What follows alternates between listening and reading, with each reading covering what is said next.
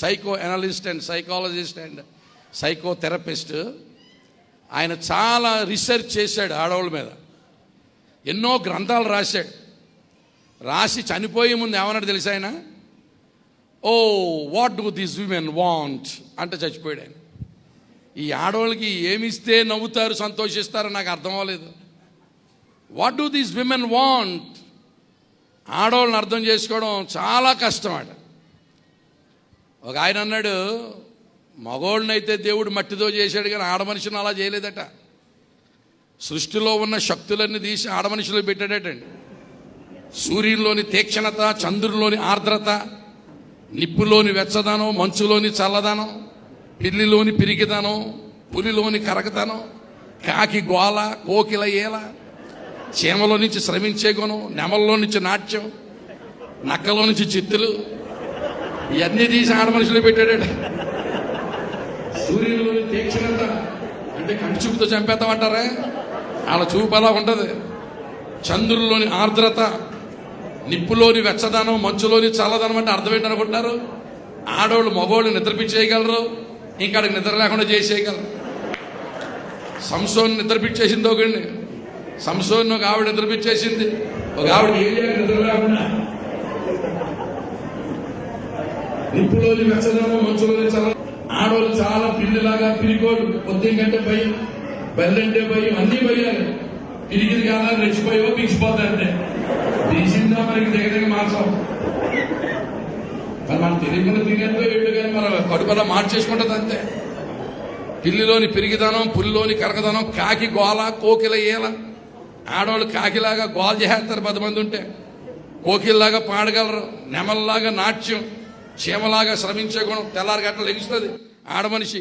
మళ్ళీ రాత్రి 10 గంటల దాకా మెదిలినట్టే ఉంటుంది, తుడిసినట్టే ఉంటుంది, తోమినట్టే ఉంటుంది. ఏమండి, చిన్న రోబోట్ లాగా పనిచేస్తూ ఉంటుంది.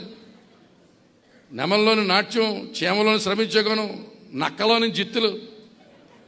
ఆడవాళ్ళు అబద్ధం ఆడారంటే నాగార్జున సిమెంట్తో గోడ కట్టినట్టేనట. మేము అబద్ధం ఆడితే తడికేనట, అడ్డంగా దొరికిపోతాం మేము. ఆవిడ మనిషి అబద్ధం ఆడితే ఇంకెవడో పట్టుకోలేడట.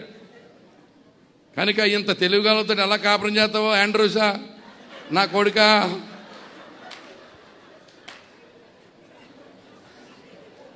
దేవుడే సాయం చేయాలి తండ్రి, సామాన్యం కాదురా బాబు.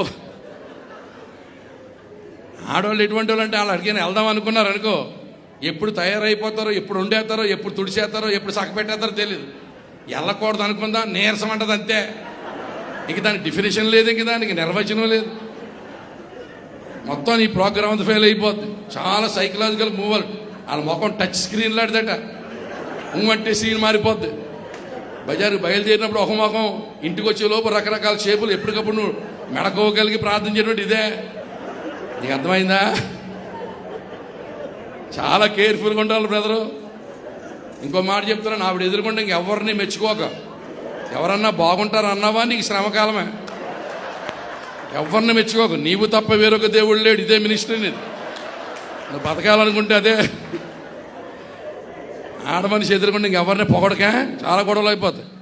ఎవరు బాగా వండుతారని కానీ అలా బాగుంటుంది అన్నావా, నీ తెచ్చుకున్నావు అనమాట కొంప. కనుక బాగా ఉండు, బాగా బతుకానా. మన ఒక ఆయన ఓ పెళ్లి క్యాసెట్, ఒక అతను ఓ ఇంట్లో 7 చేస్తానంట. టీవీ చూస్తారు, భార్య అడుగుతుందంట, ఏం సీరియల్ అండి బాబు అంతా 7 చేస్తారంటే అన్నారంటే, సీరియల్ కాదే మన పెళ్లి క్యాసెట్ అన్నారు. ఆ పెళ్లి క్యాసెట్ వేసుకున్నా బతికేలాగా అయిపోయిందా వేళ. పెళ్లి క్లిక్ అయితే పరమగీతమే, ఫెయిల్ అయితే విలాపవాక్యాలే, డ్రామాలో అంగలార్పు. మనోడు పెళ్లి క్లిక్ అవ్వాలని మనందరం ప్రార్థన చేద్దాం. దేవునికి స్తోత్రం కలుగునగాక. చాలా మంచిది. ఎంత ప్రసంగం చేసినా, ఎంతమంది చెప్పినా ఒకటే సారాంశం ఏంటంటే బాగా బతకమని.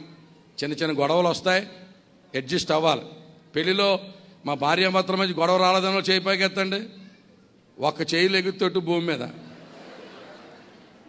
భార్యాభర్త గొడవలు వస్తాయి. ఒకసారి గొడవ వచ్చి భార్య అన్నదట, ఇది నా మంచం నువ్వు కింద అడుకో అన్నదట. ఇలా సారి తెచ్చుకుంటారు కదా ఆడవాళ్ళు, మా అమ్మోళ్ళు ఇచ్చారు మంచం, ఇది నాది నువ్వు కింద అడుకోండి. కింద అడుకున్నాడు అంటాడు. కింద పడుకున్నాక మధ్యరాత్రిలో జ్ఞాపకం వచ్చిందంటే మంచం దీందే కానీ నవ్వారు నేను కదా కొన్నానా, నవ్వారు కోసేసాడు. కోసేస్తే దాపుని కింద పడిపోతే తేలు కుట్టేసిందంట. కోసేసుకుంటే కుటుంబాలు ఉండవు నాన్న, పాప కింద పడుకోమంటావా? గొడవలు వస్తాయి, అడ్జస్ట్ అవ్వాలి. ఏం చేయాలండి? సర్దుకుపోదామని రండి అని రాస్తారు ఆటోల మీద. ఆటోలో సర్దుకుపోవడం కాదు, సంసారంలో సర్దుకుపోవాలి. ఆటో ఇక్కడ ఎక్కుతాడు, దిగిపోతాం, ఇంక దిగడం ఉండదు ఇది. So adjustment is very important. ఏనా ఏంటన్నావా?